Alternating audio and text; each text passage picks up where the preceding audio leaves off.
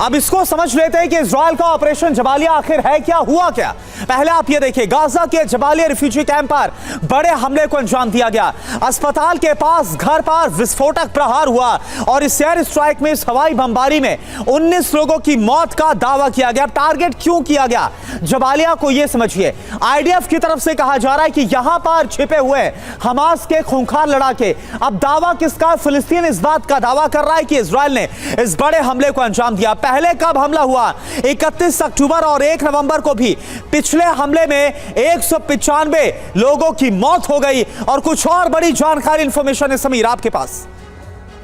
जी हां, operation Jabalia से जुड़ी एक एक अपडेट हम आपको दे रहे हैं और साथ ही साथ युद्ध अब निर्णायक मोड़ पर पहुंच गया है, ऐसा साफ तौर पर नजर आ रहा है। हमास की स्ट्रेटजी क्या है ये हमने आपको तफसील से बताई और कुछ ग्राउंड रिपोर्ट्स भी अब हम आपको दिखाते हैं, क्योंकि हमारे संवाददाता विपिन चौबे इस वक्त वॉर जोन में ही मौजूद हैं, तेल अवीव में ही मौजूद हैं। विपिन, वहां रहकर आईडीएफ की स्ट्रेटजी को कैसे आप एनालाइज कर रहे हैं, कैसे भाप पा रहे हैं? क्योंकि अब बात पूरे गाजा पर कब्जे की जा रही है और खबर यह आ गई है कि नॉर्थ गाजा से बहुत सारे हमास के लड़ाके साउथ गाजा शिफ्ट हो गए हैं और वहां से बड़े हमले की तैयारी की जा रही है। जी बिल्कुल, देखिए 7 अक्टूबर को यह हमला हुआ था समीर। पूरी दुनिया जानती है कि कैसे हमास के लड़ाके इजराइल की सीमा में घुसे और कैसे कोहराम बचाया था। उसी दिन शाम को पीएम नेतन्याहू का यह स्टेटमेंट आया कि यह युद्ध है, यह युद्ध हम पर थोपा गया और इस युद्ध को खत्म हम करेंगे, शुरू हमास ने किया है। उसके बाद से यह ऑपरेशन शुरू किया गया और आज की तारीख में स्ट्रैटेजी पहले दिन से बिल्कुल क्लियर है, कोई स्टैंड नहीं बदला गया कि पूरे गाजा से हम हमास का नामो निशान मिटाकर ही मानेंगे।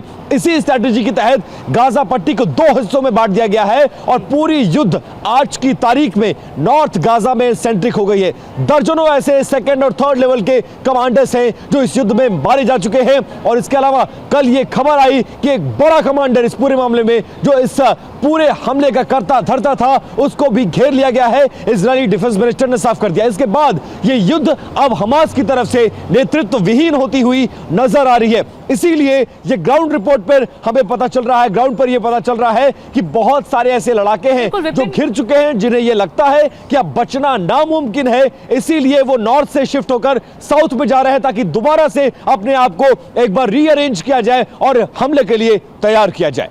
बड़ी बात विपिन, आप बता रहे हैं कि किस तरह हमास की अगर लीडरशिप खत्म हो रही है तो ये एक चुनौती तो है कि आगे क्या होगा, हमास कितना पलटवार करेगा। लेकिन बड़ी बात यह है कि कई कैंप्स पर अटैक हुआ है और 60 सेकंड में अपने एक्सपर्ट से समझते हैं कि जबालिया कैंप में हमास क्या नागरिकों को ढाल बना रहा है। केजे सिंह साहब हमारे साथ बने हुए हैं, लेफ्टिनेंट जनरल सिंह साहब, आप क्या समझते हैं, क्योंकि ये पहचान करना बड़ा मुश्किल हो पा रहा होगा इजराइल की सेना के लिए कि कौन हमास के लड़ाके हैं और कौन जेनरिक वहां पर नागरिक है।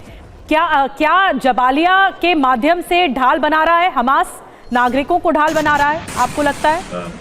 पहले तो रिद्धि जी, मैं विपिन चौबे को बहुत धन्यवाद देना चाहता हूं जो कि इस चैनल के श्रोताओं को ग्राउंड से जोड़ रहे हैं और मैं उनको एक नसीहत देना चाहता हूं कि वो अपना ख्याल रखें प्लीज।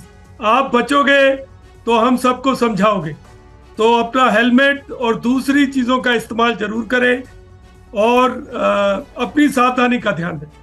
अब चलते हैं आपके सवाल पर। मेरे ख्याल से हमास शुरू से ही नागरिकों का इस्तेमाल कर रहा है। वो गलत तरीके से अस्पताल और दूसरे क्षेत्रों में अपनी सुरंगों के द्वार बनाए हैं, वो ह्यूमन शील्ड का पूरी तरीके से इस्तेमाल कर रहा है और रिफ्यूजी कैंप के अंदर ये पता करना बहुत मुश्किल है कि कौन हमास है और कौन हमास नहीं है। तो इसलिए ये तो पूरी तरीके से एस्टेब्लिश्ड फैक्ट है जी कि आईडीएफ का चैलेंज सबसे बड़ा ये है कि किस तरीके से वो पता करे कौन हमास है और कौन। बिल्कुल सही बात है सिंह साहब, आपने बिल्कुल सही कहा और यही वजह है कि कोलैटरल डैमेज गाजा के अंदर बहुत बड़ा है।